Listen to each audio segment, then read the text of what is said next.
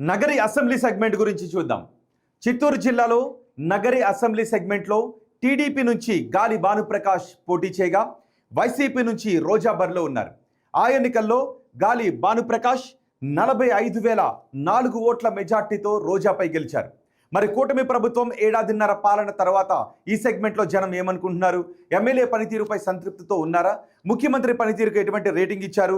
నారా లోకేష్, పవన్ కళ్యాణ్, జగన్ గురించి ఈ సెగ్మెంట్ ప్రజలు ఏమనుకుంటున్నారు? ఓవరాల్గా నగరిలో కూటమి ప్రభుత్వంపై జనం మాటేంటి? బిగ్ టీవీ ఎక్స్క్లూజివ్ సర్వే రిపోర్ట్లో చూద్దాం. ఎన్నికల సమయంలో నగరి ప్రజలకు గాలి భానుప్రకాష్ ఇచ్చిన హామీలేంటో చూద్దాం. నగరి ప్రజలకు టెక్స్టైల్ పార్కులు తీసుకొస్తాను అని ఆయన హామీ ఇచ్చారు. నగరిలో టెక్స్టైల్ ఆధారిత పరిశ్రమలు చాలా ఎక్కువగా ఉన్నాయి, అందుకోసం టెక్స్టైల్ పార్కును తీసుకొస్తానని ప్రజలకు స్పష్టంగా హామీ ఇచ్చారు. ఇక ఇండస్ట్రియల్ క్లస్టర్ ఏర్పాటుకు నగరి ప్రజలకు భానుప్రకాష్ హామీ ఇచ్చారు. అంతేకాదు పుత్తూరు నగరిని విద్యా కేంద్రాలుగా మారుస్తాను అంటూ హామీ ఇచ్చారు. అలాగే ఆరోగ్య సంరక్షణ కోసం హాస్పిటల్స్ను నగరిలో అభివృద్ధి చేస్తాను అంటూ గాలి భానుప్రకాష్ ఎన్నికల సమయంలో హామీ ఇచ్చారు. ఇప్పటికీ నగరిలో ఉన్న సమస్యలు ఏంటో నేను మీకు చూపిస్తాను. బిగ్ టీవీ స్క్రీన్ పైన ఎప్పటికీ నగరంలో ఉన్న సమస్యలు మీరు చూడొచ్చు. నగరంలో భూగర్భ జలాలు విపరీతంగా కాలుష్యానికి గురవుతూ ఉన్నాయి. అక్కడ టెక్స్టైల్ పరిశ్రమలు ఎక్కువగా ఉన్నాయి. ముఖ్యంగా డైయింగ్ పరిశ్రమల నుంచి ఎక్కువగా పొల్యూషన్ వస్తూ ఉండటంతో భూగర్భ జలాలు కలుషితం అయిపోతూ ఉన్నాయి.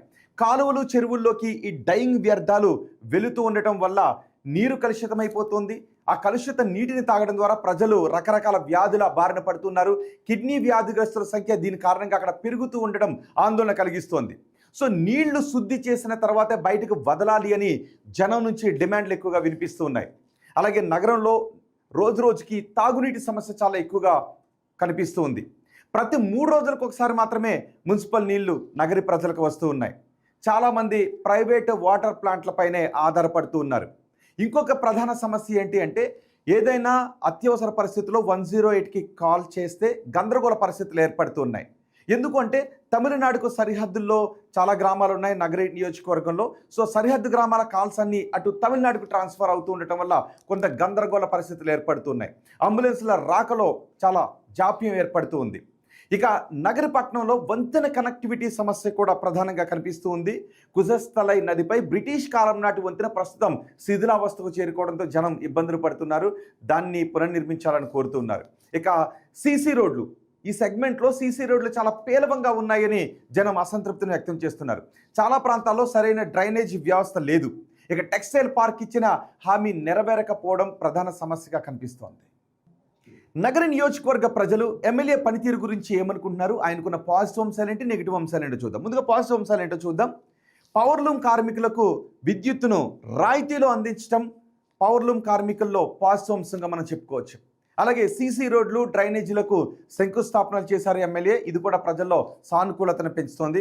ఇక టీడీపీ ఆఫీస్లో ఎమ్మెల్యే ఎప్పుడు అందుబాటులో ఉంటారు అని జనం అనుకుంటూ ఉన్నారు. ఎమ్మెల్యే ఎప్పుడు అందుబాటులో ఉండటం ఆయనకు పాజిటివ్గా ఉన్నటువంటి అంశం. ఇక నీటి కొరత ఉన్న చోట బోర్వెల్స్ని తవ్విస్తూ ఉన్నారు. ఇది కూడా ప్రజల్లో సానుకూలతను పెంచుతూ ఉంది. పుత్తూరు సిహెచ్సిలో ఆర్ఓ వాటర్ ప్లాంట్ని నిర్మించారు. ఇది కూడా ఎమ్మెల్యేపై ప్రజల్లో సానుకూలతను పెంచడానికి దోహదపడుతోంది. ఇవి పాజిటివ్ అంశాలు.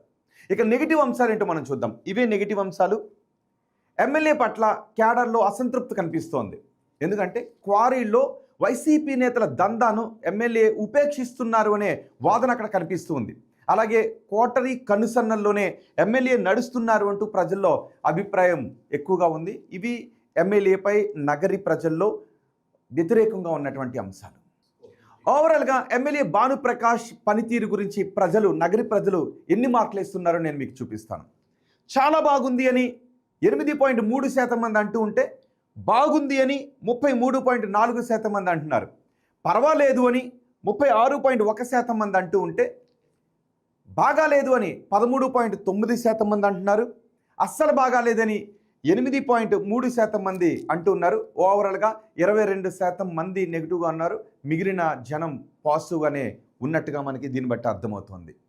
ఇక ముఖ్యమంత్రి చంద్రబాబు పనితీరు గురించి నగర నియోజకవర్గ ప్రజలు ఎటువంటి అభిప్రాయాన్ని వ్యక్తం చేశారో చూద్దాం. ముఖ్యమంత్రి పనితీరు చాలా బాగుంది అని 4.8% మంది అంటున్నారు.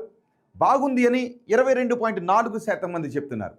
పర్వాలేదు అని 55.6% మంది జనం చెప్తూ ఉంటే, బాగాలేదు అని 13.9% మంది జనం చెప్తున్నారు. అస్సలు బాగాలేదు అని కేవలం 3.3% మంది మాత్రమే చెప్తున్నారు. అంటే దగ్గరగా 17% మంది మాత్రమే వ్యతిరేకత ఉన్నారు. మిగిలిన జనం అనుకూలంగానే ఉన్నారు, సంతృప్తికరంగా ఉన్నారని మనకు అర్థమవుతుంది. ఇక ఓవరాల్గా ప్రభుత్వ పనితీరు గురించి నగర నియోజకవర్గ ప్రజలు ఏమనుకుంటున్నారో చూద్దాం.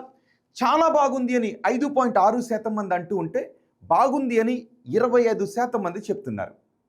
పర్వాలేదు అని 50% మంది చెప్తున్నారు. బాగోలేదు అని 13.8% మంది అంటూ ఉంటే, అస్సలు బాగాలేదు అని కేవలం 5.6% మంది మాత్రమే అంటున్నారు. అంటే దగ్గరగా 19% మందిలో మాత్రమే కొంత వ్యతిరేకత కనిపిస్తోంది. మిగిలిన జనంలో సానుకూలత కనిపిస్తోంది. ఇక ప్రతిపక్ష నేత వైసీపీ అధినేత జగన్ గురించి కూడా మేము కొన్ని క్వశ్చన్స్ అడిగాం. దానికి నగర నియోజకవర్గ ప్రజలు ఏం చెప్పారంటే, చాలా బాగుంది అని 2.8% మంది చెప్తూ ఉంటే, బాగుంది అని 13.9% మంది చెప్తున్నారు. పర్వాలేదు అని 47.2% మంది చెబుతుంటే, బాగాలేదు అని 33.3% మంది చెప్తున్నారు. అస్సలు బాగాలేదు అని 2.8% మంది చెప్తున్నారు. ఇక Pawan Kalyan, AP deputy CM Pawan Kalyan గురించి కూడా క్వశ్చన్స్ అడిగాం. పవన్ కళ్యాణ్ పనితీరు ఎలా ఉంది అంటే, చాలా బాగుంది అని 2.8% మంది అంటున్నారు. బాగుంది అని ఇంకో 2.8% మంది అంటున్నారు. పర్వాలేదు అని 19.4% మంది చెబుతూ ఉంటే, బాగాలేదు అని ఏకంగా 63.9% మంది చెప్తున్నారు. అస్సలు బాగాలేదు అని 11.1% మంది చెబుతున్నారు. అంటే 75% మంది పవన్ కళ్యాణ్ పనితీరు పైన నగరులో వ్యతిరేకంగా ఉన్నట్టుగా అర్థమవుతుంది. ఇక నారా లోకేష్ పనితీరు గురించి నగరి నియోజకవర్గ ప్రజలు ఏం చెప్పారు అంటే, చాలా బాగుంది అని 2.8% మంది చెప్తూ ఉంటే, బాగుంది అని 11.1% మంది చెప్తున్నారు.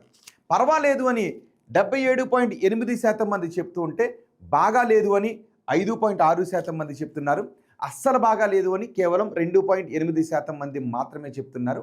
అంటే దగ్గరగా 8% మంది ప్రజల్లో మాత్రమే అసంతృప్తి ఉంది. మిగిలిన జనం సంతృప్తిగానే ఉన్నారని అర్థమవుతోంది.